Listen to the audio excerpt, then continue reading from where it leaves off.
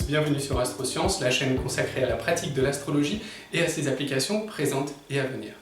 Alors, la vidéo d'aujourd'hui sera consacrée aux débilités essentielles. Oui, j'ai bien dit les débilités essentielles. Donc, si vous êtes nouveau sur sur cette chaîne ou si vous découvrez l'astrologie, non, les débilités essentielles ne concernent pas la vie de nos hommes politiques actuels, ni même les mesures qui sont prises actuellement pour préserver soi-disant la Terre ou soi-disant pour respecter notre environnement. Non, les débilités essentielles regroupent un terme en fait en astrologie qui désigne l'état d'une planète dans le ciel. Donc dans une vidéo précédente, vous aviez été nombreux d'ailleurs à suivre les dignités, et je vous en remercie, les dignités essentielles qui correspondaient à l'état d'une planète, donc la position d'une planète dans un signe, avec lequel elle avait, cette planète, beaucoup d'affinités. Donc là, nous étions dans une dignité. Maintenant, nous allons étudier les débilités. Alors, il se trouve que c'est le cas d'une planète qui va se trouver dans un signe avec lequel, eh bien, elle a très peu d'affinités, voire pas d'affinités. Donc, en gros, elle se sent mal à l'aise dans ce signe. Elle a peu de relais pour s'exprimer. Et d'ailleurs, le verbe débilité signifiait traditionnellement, parce qu'on s'en sert moins aujourd'hui, ça ne veut pas dire rendre idiot, il ne s'agit pas de rendre idiot une planète, bien sûr ça n'aurait aucun sens, mais plutôt un affaiblissement. Un débiliter quelque chose, ça revient en fait à l'affaiblir. Donc dans la tradition astrologique, on utilisait les débilités, le terme débilité pour dire une planète affaiblie parce qu'elle se trouve dans un signe avec lequel elle n'a pas beaucoup d'affinité, donc elle a du mal à s'exprimer. Alors, pourquoi on rajoute essentiel après débilité, donc débilité essentielle, parce que essentiel, encore une fois, nous parle donc de la position céleste des planètes, c'est-à-dire de la position dans les signes.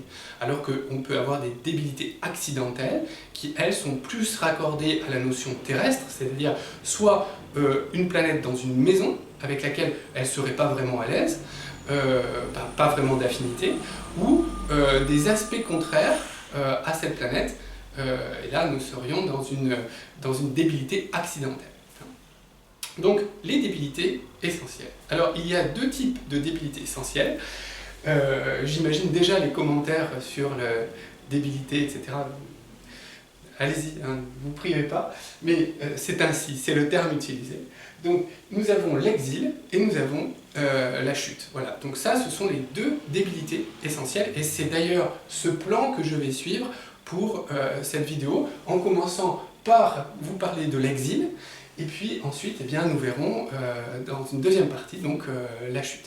Et puis, j'ai beaucoup d'archétypes ensuite à vous présenter, vous verrez, ce sera assez, j'espère, assez ludique. Alors déjà, donc, nous allons parler de l'exil. Qu'est-ce que c'est que l'exil? Déjà, on peut utiliser ce terme, prendre ce terme de façon littérale. C'est un exil, c'est-à-dire que la planète est exilée, donc est obligée de partir de son signe pour se retrouver dans le signe opposé. Et donc, c'est ce que l'on trouve donc sur cette couronne zodiacale que j'ai tracée.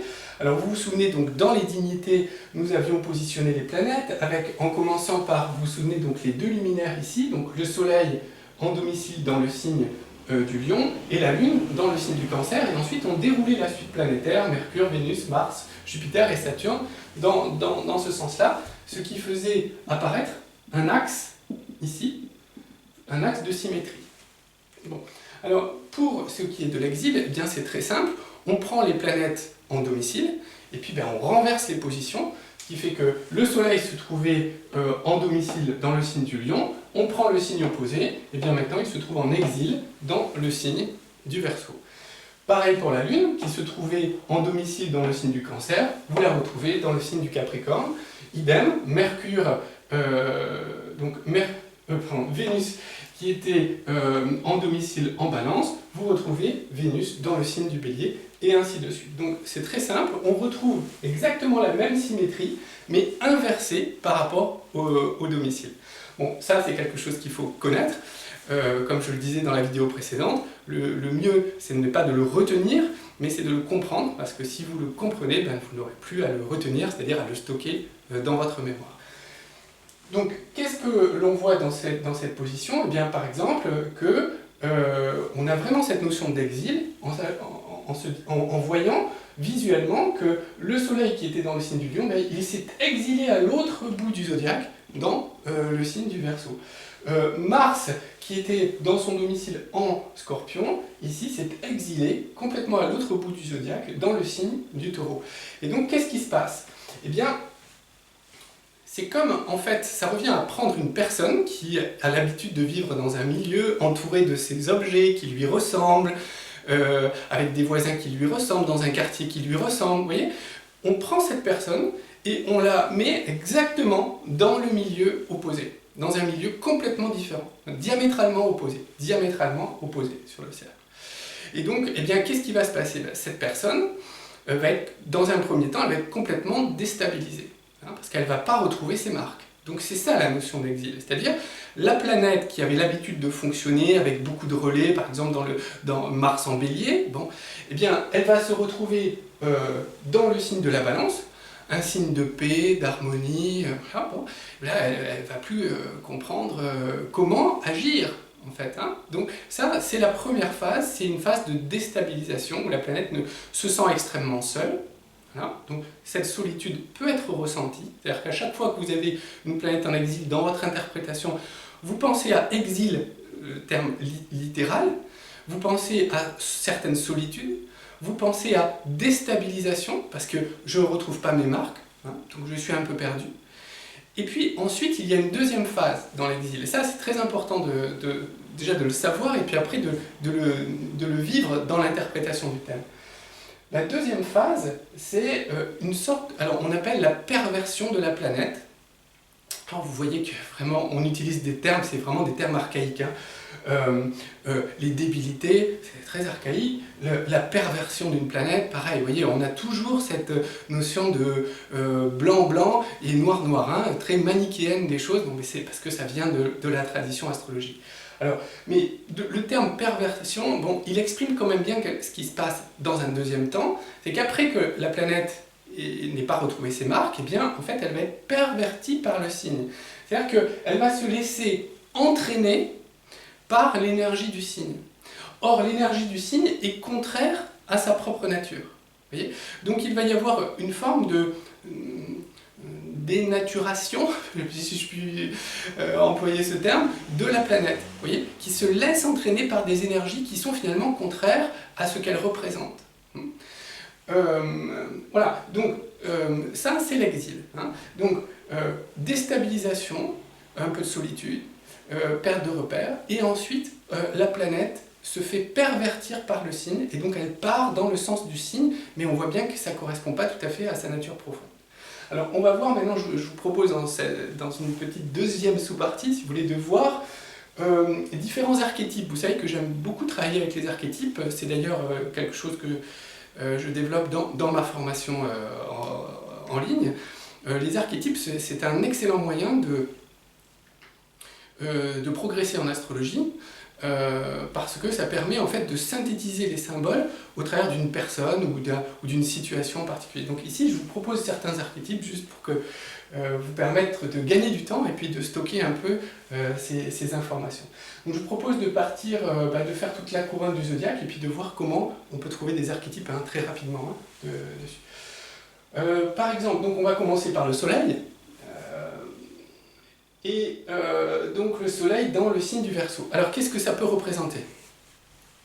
Le soleil, par exemple là en archétype, on va trouver le monarque, hein, le roi. Donc le roi par excellence c'est Louis XIV, voilà, avec faste, argent, pouvoir, puissance, ego.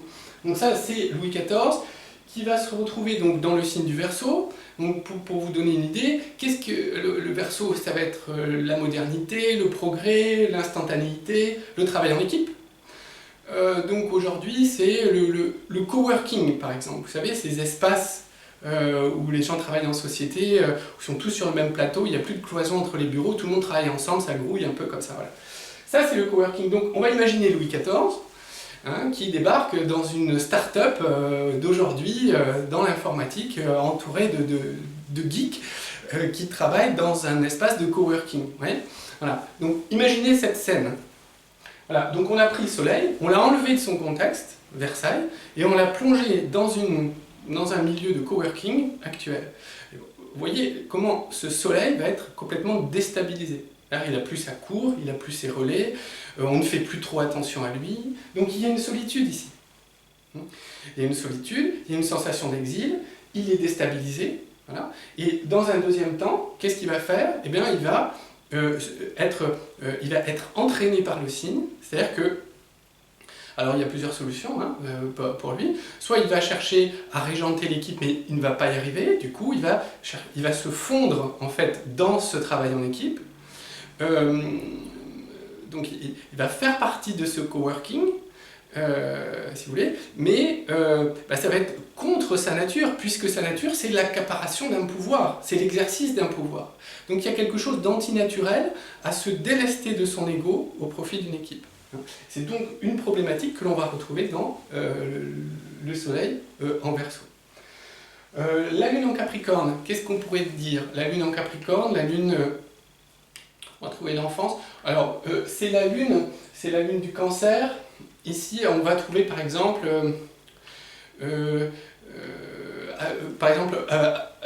Heidi, vous voyez, la Lune, la jeunesse, la jeune fille.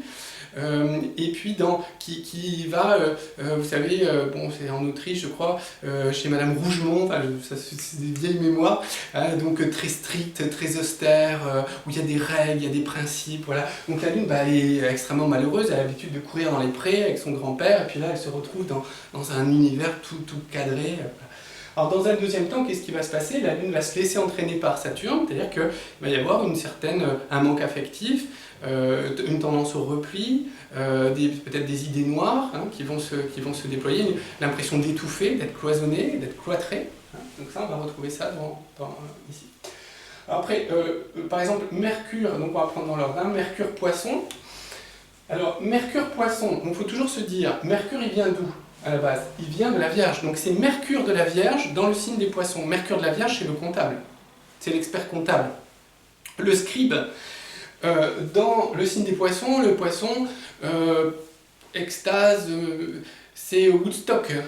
Donc on va prendre un petit comptable de province, très appliqué, très laborieux, Mercure Vierge, et puis on va le mettre instantanément au milieu du concert de Woodstock, vous voyez, avec les substances autour, la musique, etc. Vous voyez qu'il va complètement déstabiliser. Le risque ici, c'est une dilution complète, c'est-à-dire une perte de repères complète, et il se noie en fait ici. On va aussi avoir ici une difficulté à percevoir la réalité, beaucoup d'illusions, bien sûr, ici. Ensuite, donc, Mercure en Sagittaire. Mercure des Gémeaux, donc, qui se retrouve en Sagittaire. Mercure des Gémeaux, c'est le journaliste, donc on va prendre un journaliste moderne, un journaliste de BFM TV qui rapporte l'événement, voyez, sans véritablement donner un sens à tout ça, sans le replacer dans un contexte. Et puis le Sagittaire ici, c'est la philosophie, c'est l'école, les études supérieures, c'est l'école platonicienne d'autrefois, par exemple. Donc on va prendre ce journaliste de BFM TV, puis on va l'emmener en reportage dans l'Antiquité grecque, à l'école de Platon. Voyez, bon, et on imagine ce qu'il va pouvoir penser et retraduire de tout cela, comment est-ce qu'il va pouvoir appréhender les choses. Mercure est effectivement beaucoup trop jeune mentalement pour pouvoir aborder avec du recul la philosophie ancienne, par exemple, évoquée par le Sagittaire. Donc là, il y a un problème de maturité ici. Vénus, alors Vénus en Bélier. Alors Vénus en Bélier, qu'est-ce que représente Vénus? Vénus, c'est Vénus de la Balance, donc ça c'est la femme très colorée, heureuse, souriante, qui peint, qui était artiste. Je sais pas, ça m'évoque moi, Sissi impératrice par exemple, vous voyez, dans le côté très romantique. Romy Schneider, donc, voilà, donc Romy Schneider par exemple ici, donc dans le signe de Bélier. Alors ici le signe de Bélier c'est un signe très dynamique où il faut s'affirmer, il y a de la compétition, du désir, quelque chose de moderne ici ça va être la série Sex and the City par exemple, vous voyez, où les femmes rivalisent de séduction entre elles. Bon, voilà, c'est complètement anachronique. Hein, voilà, imaginez Romy Schneider qui joue dans Sex and the City. On ne comprend pas, elle n'a pas ses repères. Et du coup, la séduction vénusienne qui était à la base passive, hein, et tout en douceur, là au contraire elle va se charger d'instinct martien, donc c'est là la perversion du signe par exemple, où elle va devenir une séduction très active, voilà, c'est séduire l'autre et être meilleur que l'autre pour avoir l'homme qu'elle veut, etc. Si je prends Vénus en Scorpion, alors, donc là c'est Vénus du Taureau. Alors, Vénus du Taureau, la petite maison dans la prairie, dans le signe du Scorpion, ici on est dans un aspect vénusien, le film 50 nuances de gris par exemple, vous voyez, voilà. Donc, Laura Ingalls, la petite maison dans la prairie, qui arrive dans 50 nuances de gris, vous voyez, le film.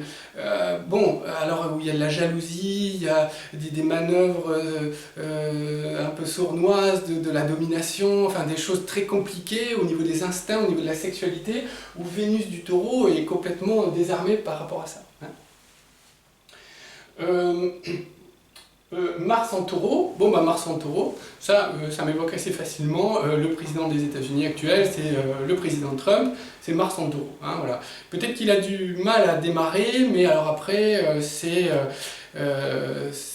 une action qui jaillit, parfois qui est colérique, qui va en ligne droite, donc hein, qui fonce, qui ne fait pas attention aux autres parce que le taureau est un signe entêté, et donc l'action devient entêtée pour aller jusqu'au bout de quelque chose sans tenir vraiment compte des autres.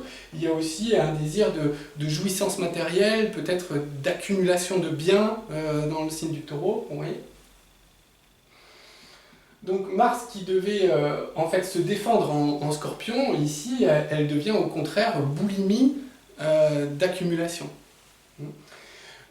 Mars en Balance. Mars en Balance, c'est compliqué parce que la Balance c'est le signe donc des relations, de la paix. Mars c'est la guerre, donc c'est la guerre dans les relations. Hein, voyez, donc ici ça évoque quelque chose d'assez tourmenté au niveau relationnel. Ça me fait penser à l'histoire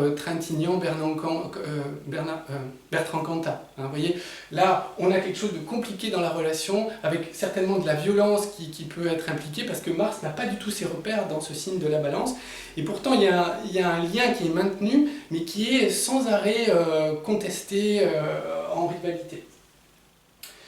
Jupiter en Gémeaux, oui, alors c'est un exil, c'est vrai. Ici, il y a un problème de maturité. Vous voyez, Jupiter, c'est très grand, c'est très vaste. Le Gémeaux, bah, c'est le court terme. Hein, donc on se retrouve un peu comme tout à l'heure dans l'idée du journaliste. Ici, par exemple, c'est plutôt le professeur qui a du mal à transmettre à ses élèves quelque chose. Pourquoi? Parce qu'il n'a pas, soit il n'a pas assez confiance en lui, dans son expérience de vie, soit il fraternise trop avec les élèves, du coup il perd sa crédibilité. Voilà. Dans tout ce qui est connaissance. Ici, Jupiter en Vierge, pareil, on a la personne qui est un excellent ouvrier, par exemple, un excellent employé, à qui on aimerait confier des responsabilités supérieures, mais Jupiter a du mal à rentrer dans une petite chaussure vierge, vous voyez. Et du coup, c'est difficile pour lui de devenir vraiment un chef. Il manque de recul. Hein, il manque de distance par rapport aux choses, donc il va continuer à surveiller les autres, il va avoir du mal à se détacher de ses tâches d'avant. Il veut toujours continuer à faire comme avant, à être toujours l'ouvrier qu'il était, hein, par exemple. Du coup, par exemple, ici, la perversion, ça va être j'ai du mal à me détacher de mon savoir-faire, du coup j'ai du mal à déléguer aux autres, à faire confiance aux autres, et je contrôle, le Vierge, le travail des autres, vous voyez, par exemple, hein, mais un peu tatillon. Saturne en Cancer, bon, ça c'est l'autorité à la maison, c'est symboliquement, archétypement parlant, ça va être par exemple le papé dans Jean de Florette, vous voyez, hein, l'image du vieux paysan qui tient sa famille, là, vous savez, en bout de table avec la soupe, et personne n'a le droit de broncher, les études, c'est moi qui décide qui fera quoi, qui sort à quelle heure, etc. Hein, ça c'est Saturne, Cancer. Et vous voyez qu'en fait, il est perverti, Saturne est entraîné par le signe, dans le sens, c'est la coquille qui étouffe l'œuf, qui finit par étouffer la famille, ici. Saturne en Lion. Alors Saturne en Lion, le lion c'est le monarque, Saturne c'est le pouvoir, les responsabilités, donc ici on a l'enfermement dans une tour d'ivoire. Donc c'est le monarque qui s'enferme dans son château, on a Saruman, vous savez Saruman je ne sais pas si vous voyez dans Le Seigneur des Anneaux, qui est le magicien qui est retranché dans sa tour en haut, qui contrôle beaucoup de choses, mais qui est devenu inaccessible. Pareil, là, il y a une forme de solitude, Saturne en Lion, en exil. Du coup, l'autorité devient de l'autoritarisme ici. Voilà, la perversion de ça, c'est l'autoritarisme qui s'enferme lui-même. Ensuite, on a des maîtres secondaires donc en exil, donc des maîtres modernes en exil, Uranus en Lion. C'est un peu comme tout à l'heure, cette fois c'est l'espace de coworking qui déboule à Versailles.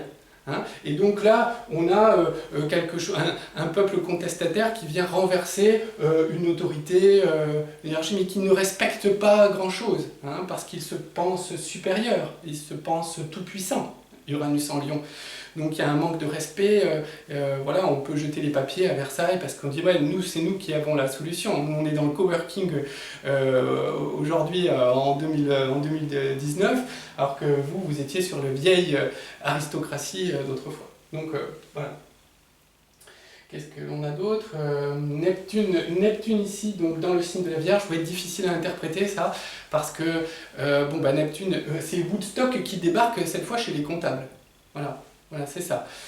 Mais il est minoritaire. C'est-à-dire, on prend un hippie de Woodstock et on le met dans un cabinet comptable parisien. Et on voit ce que ça donne. Il n'est pas bien, le gars. Il n'est pas à l'aise. Il ne trouve plus ses repères, il est un peu perdu. Puis il va chercher à s'évader, mais autrement. Donc par d'autres substances, parce qu'il est en souffrance, là, Neptune en Vierge. Et c'est beaucoup trop restreint pour Neptune, l'immensité dans le signe du microscope de la Vierge. Et enfin, donc Pluton en Taureau, qu'est-ce que l'on a ici? Pluton, c'est le pouvoir, le Taureau, c'est le monde matériel. Ici, on va trouver vraiment le loup de Wall Street, vous savez, le film avec Leonardo DiCaprio, où là, c'est vraiment sans foi ni loi pour obtenir le pouvoir, pour se gaver, entre guillemets, soit d'argent, soit de biens matériels. Donc ça, c'est véritablement Pluton en Taureau. Pluton, les instincts qui se retrouvent dans un signe à la base paisible comme le Taureau, mais qui est dénaturé et qui va entraîner donc Pluton dans une sorte de boulimie matérielle ou physique d'ailleurs dans le signe du Taureau. Voilà, alors je vous ai présenté quelques archétypes, ça vous donne une idée de comment est-ce qu'on peut construire justement les archétypes à partir de ces positions d'exil, et puis j'espère que cela vous aura permis de mieux comprendre ce qu'est l'exil d'une planète. Alors dans une deuxième partie maintenant, nous allons voir ce qu'est la chute. Donc à tout de suite.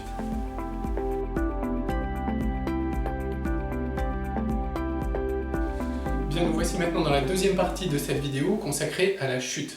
La position, l'état de chute des planètes. Alors, comment est-ce que l'on trouve les positions de chute des planètes? Eh bien, c'est très simple. Comme tout à l'heure avec les exils, nous reprenons les positions des planètes, cette fois en exaltation, et nous inversons ces positions sur le zodiaque. Un exemple vaut tous les discours. La Lune, par exemple, la Lune, vous vous souvenez, elle était exaltée dans le signe du Taureau. C'est-à-dire que le maître du Taureau, c'est Vénus, mais juste derrière, en exaltation, donc en bonne affinité, nous avions la Lune. Donc maintenant, nous allons inverser cette position. La Lune était exaltée dans le signe du Taureau, et bien elle passe en chute dans le signe du Scorpion. Bon, prenons un autre exemple, Jupiter. Alors Jupiter se trouvait exalté dans le signe du Cancer. Vous savez, le maître du Cancer, c'est la Lune. Mais juste derrière, en exaltation, nous trouvions Jupiter. Donc Jupiter était exalté dans le signe du Cancer, et bien pareil, nous le trouvons en chute dans le signe du Capricorne. Alors, il y a certains cas particuliers, comme Mercure, vous savez, qui était à la fois en domicile et parfois il est considéré en exaltation aussi, donc Mercure donc, dans le signe de la Vierge, donc pareil, on va le retrouver également en chute dans le signe des Poissons. Mais vous allez voir, c'est quand même assez simple de s'y retrouver. Alors ce qui est plus, disons, plus subtil, c'est que vous allez lire dans beaucoup de manuels comment dire, des choses qui disent que en fait, une planète en chute est une planète qui va être affaiblie. Donc vous voyez, on retrouve ici la notion de débilité, le verbe débilité, donc affaiblir quelque chose. Donc une planète en chute est une planète affaiblie. Et alors du coup, la nuance avec l'exil n'est pas flagrante, parce qu'on va dire, en exil, elle était déjà affaiblie, ce qui n'est pas vrai, hein. On a vu qu'elle n'était pas affaiblie en exil, elle était déstabilisée, puis elle était pervertie, entre guillemets, par le signe, dénaturée par le signe. Elle se laissait emporter par le signe. Mais pareil, pour la chute, il ne faut pas penser qu'une planète en chute est une planète affaiblie. Sous-entendu, bon, je vais moins en parler, quoi. Voilà. Alors, j'ai une planète en chute ou j'ai une planète en exil, bon, elles ne peuvent pas trop s'exprimer, je vais pas beaucoup en parler, je ne vais pas trop insister. Non, c'est pas vrai. Les planètes en débilité, que ce soit en chute et en exil, ne sont pas forcément affaiblies. Affaiblies de manière quantitative, hein, c'est ça que l'on entend derrière. C'est-à-dire comme si elles avaient moins d'énergie, mais c'est pas le cas. C'est pas le cas. Elles conservent leur niveau énergétique, mais simplement c'est le champ d'expression qui est réduit. Donc ici, c'est typique pour la chute. Qu'est-ce qui se passe? Donc ici, j'ai représenté un schéma pour bien que vous puissiez vous représenter ce que ça signifie. Ici, vous avez, donc j'ai représenté un cercle qui pourrait représenter 100% de l'expression d'une planète. Hein, donc par exemple, Vénus s'exprime naturellement, c'est tout cela, son champ sémantique. Alors, quand elle est dans un signe de chute, c'est-à-dire qu'elle n'a pas beaucoup d'affinité avec ce signe de chute. Du coup, elle ne va pas pouvoir exprimer tout ça, hein, d'elle. Voilà, parce qu'il n'y a pas de relais dans le signe. Du coup, elle va se concentrer, elle ne va pouvoir s'exprimer qu'au travers d'un faisceau très, très fin. Je ne sais pas, ça dépend des positions des planètes. Disons que, allez, ça représente 10-15%, vous voyez à peu près, de l'expression possible de la planète. Donc Vénus représente l'amour, l'art, les relations sentimentales, la musique, la danse, bon, tout ça. Hein. Mais en fait, quand elle se trouve par exemple en position de chute dans le signe de la Vierge, tout ça va se réduire à un faisceau très étroit. Et donc toute son énergie, c'est pour ça que je dis qu'elle n'est pas affaiblie en termes d'énergie, toute cette énergie-là, qui pouvait s'exprimer sur 360 degrés, va se concentrer sur un angle beaucoup plus restreint, et donc sur 10% de son secteur. Vous voyez? Donc c'est pour ça ça c'est véritablement la chute. Donc comment ça va se traduire? Ça va se traduire effectivement par une expression restreinte de la planète, hein, mais dans cette expression restreinte, il y a autant d'énergie et parfois de l'énergie concentrée dans ce faisceau en particulier, ce qui donne la capacité, par exemple, à une planète en chute de faire des sortes d'exploits, alors qu'on ne l'attendait pas. Vous voyez, si vous dites, je dis n'importe quoi, mais Vénus est en chute en Vierge, voilà, elle n'a pas trop d'énergie, elle ne va pas beaucoup s'exprimer. Et alors que, en fait, vous allez voir dans la vie du consultant que Vénus en Vierge va être très importante. Pourquoi? Parce qu'elle a concentré son énergie sur tout ce que sur le seul petit endroit que la Vierge pouvait lui donner pour s'exprimer. Et du coup, ça fait une sorte d'exploit, oui, on emploie parfois le mot de tour de force, dans une direction donnée. Alors, pareil que tout à l'heure, je vais on va faire le tour du zodiaque, et puis on va regarder, je vais essayer de vous donner quelques archétypes qui pourront me venir au fur et à mesure. Donc, par exemple, on va commencer toujours par le Soleil. Donc, le Soleil dans le signe de la Balance. Le Soleil est en chute dans la Balance. Et oui, il est en chute dans la Balance. Alors, pourquoi? Parce que le Soleil est habitué à gouverner, à diriger, à prendre des décisions. C'est l'astre créateur, donc c'est lui qui commence, qui donne le ton. Or, dans la Balance, non, on fait avec l'autre. Donc, ici, le Soleil va se déposséder d'une partie de son ego, de sa capacité d'affirmation au profit de la relation.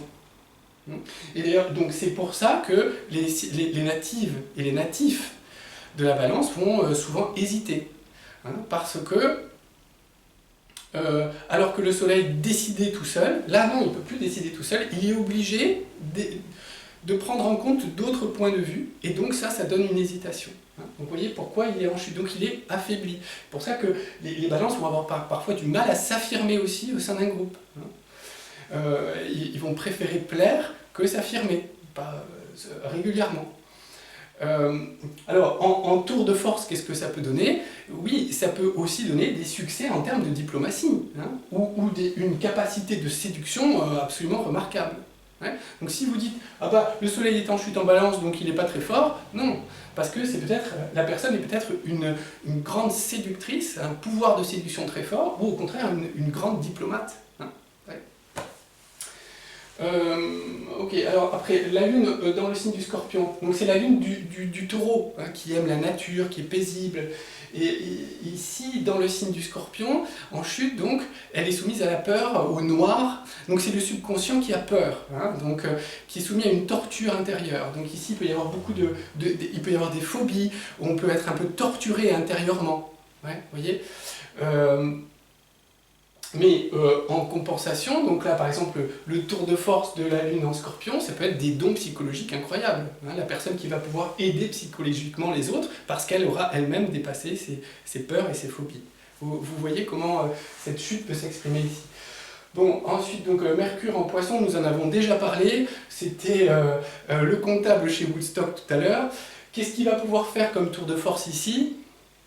En chute, s'il transcende cette chute, il va pouvoir être la personne qui finalement va organiser tout ce concert, faire des timetables, des emplois du temps, gérer les horaires, organiser les choses. Voilà.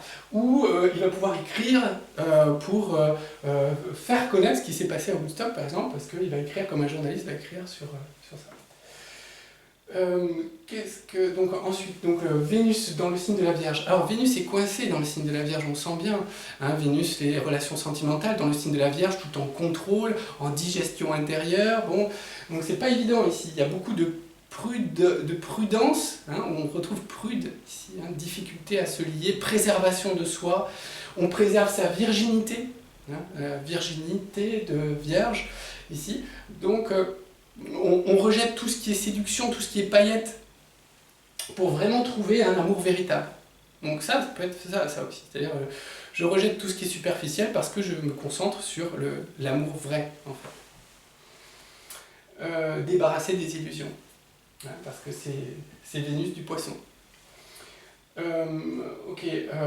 Mars en Cancer, Mars était bien ici en Capricorne, c'était la prise de responsabilité, la prise de décision, l'affirmation de soi, la construction de quelque chose. En Cancer, je dépends de mes parents, je dépends de mes proches, je dépends de ma famille.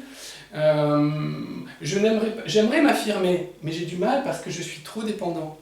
Je me retrouve régulièrement dépendant, ça crée des colères qui s'expriment au foyer, je deviens colérique, je change d'humeur, il peut y avoir de la violence au foyer, j'aime mes proches mais je ne peux pas m'empêcher de rentrer en conflit avec eux.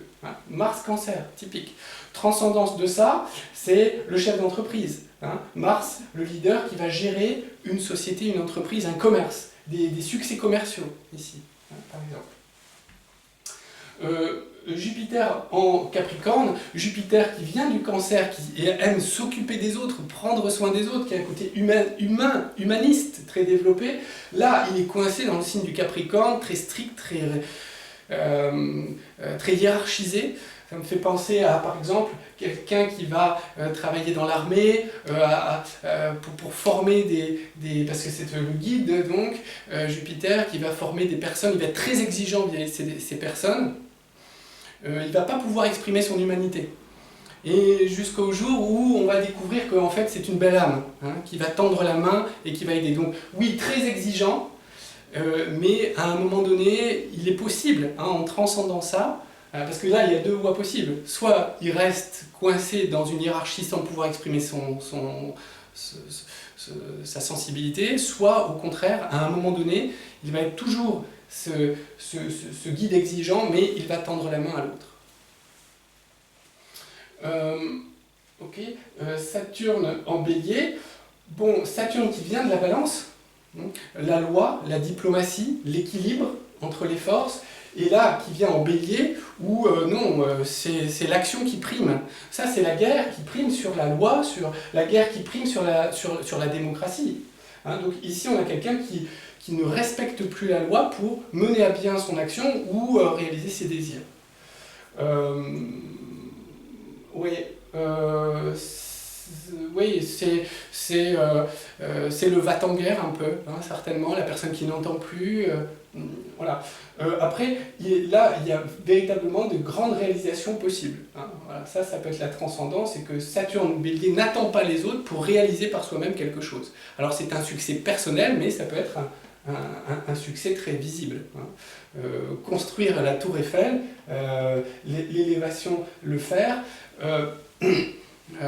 par le travail personnel, par exemple. Hein. Voilà. Ok, Saturne. Donc ensuite Uranus en Taureau. Bon, on en a parlé de ça. Moi j'ai une vidéo, d'ailleurs je vous encourage je vous invite à la lire, à la regarder. Donc Uranus Taureau, parce que Uranus est dans le Taureau actuellement. Qu'est-ce qu'on peut dire? La science dans la nature, c'est les laboratoires qui s'occupent de la nature. Ça peut être la révolte des paysans. Ça peut être la révolte du peuple contre un système financier. Il y a beaucoup de choses ici. Hein. Voilà. Donc pareil, la chute au départ, Uranus n'arrive pas à s'exprimer là-dedans, mais il peut y avoir une révolution, et une révolution salutaire finalement. Neptune dans le signe du Verseau. Bon, Neptune c'est la foi, le Verseau c'est la science, dans un premier temps c'est la perte, la chute de la foi au profit de la science. Qu'est-ce qu'on pourrait dire ici? Ça peut être également, vous prenez un ermite, Neptune, et puis vous le plongez dans un environnement, vous le mettez au milieu de la salle de contrôle de chez Google, quoi. Voilà. Et vous voyez ce que ça donne. Un ermite du mont Athos dans la salle de contrôle de Google, voilà, bon, voilà ce que ça donne, complètement déstabilisé, mais peut-être qu'après, effectivement, il peut inspirer une nouvelle forme de science, peut créer une nouvelle religion, une nouvelle foi, et également inspirer l'innovation, etc. Donc voilà, ça c'est la transcendance possible de cette position. Et puis Pluton dans le signe de la Balance. Alors ça, c'est les rapports de force, Pluton, les rapports de pouvoir, la confrontation. Dans le signe de la Balance, les relations avec autrui. Donc ici, il peut y avoir... là, c'est déjà... comment dire... plus difficile à expliquer parce que ici, Pluton au départ ne va pas trouver de relais dans le signe de la Balance. Hein. Donc ici on va avoir un dictateur qui arrive à l'ONU par exemple. Oui. Hein. Vous avez Kadhafi qui se pose à la table de l'ONU ici. Bon, ça donne à peu près ça. Mais dans un deuxième temps, il est possible de faire évoluer les relations. Il est possible aussi d'instaurer des rapports de force dans les relations. Qui peuvent amener à leur tour un équilibre. Hein. C'est typiquement la guerre froide, ici. Hein. Pluton, l'atome et les relations pour amener l'équilibre. Donc il peut y avoir des nouveaux rapports de force qui amènent une certaine forme d'équilibre. Mais on pourrait aussi dire, à plus courte échelle, que c'est la capacité de convaincre autrui. Hein. Pluton, la domination dans la relation, donc la capacité de convaincre et de transformer autrui dans la relation. Voilà, donc nous avons vu la chute, nous avons vu que c'était beaucoup plus nuancé qu'un simple affaiblissement, c'est d'ailleurs le cas également pour l'exil que nous avons vu précédemment. Et bien voilà, moi j'en ai terminé avec cette vidéo, j'espère que cette vidéo vous aura intéressé, que cela vous aura plu, qu'elle vous aidera également donc, à enrichir vos futures consultations. Si vous avez aimé, n'oubliez pas de cliquer sur le pouce vers le haut, de vous abonner à la chaîne également. Et puis bien, je vous remercie, moi je vous dis à très bientôt dans de nouvelles vidéos sur Astrosciences. Merci.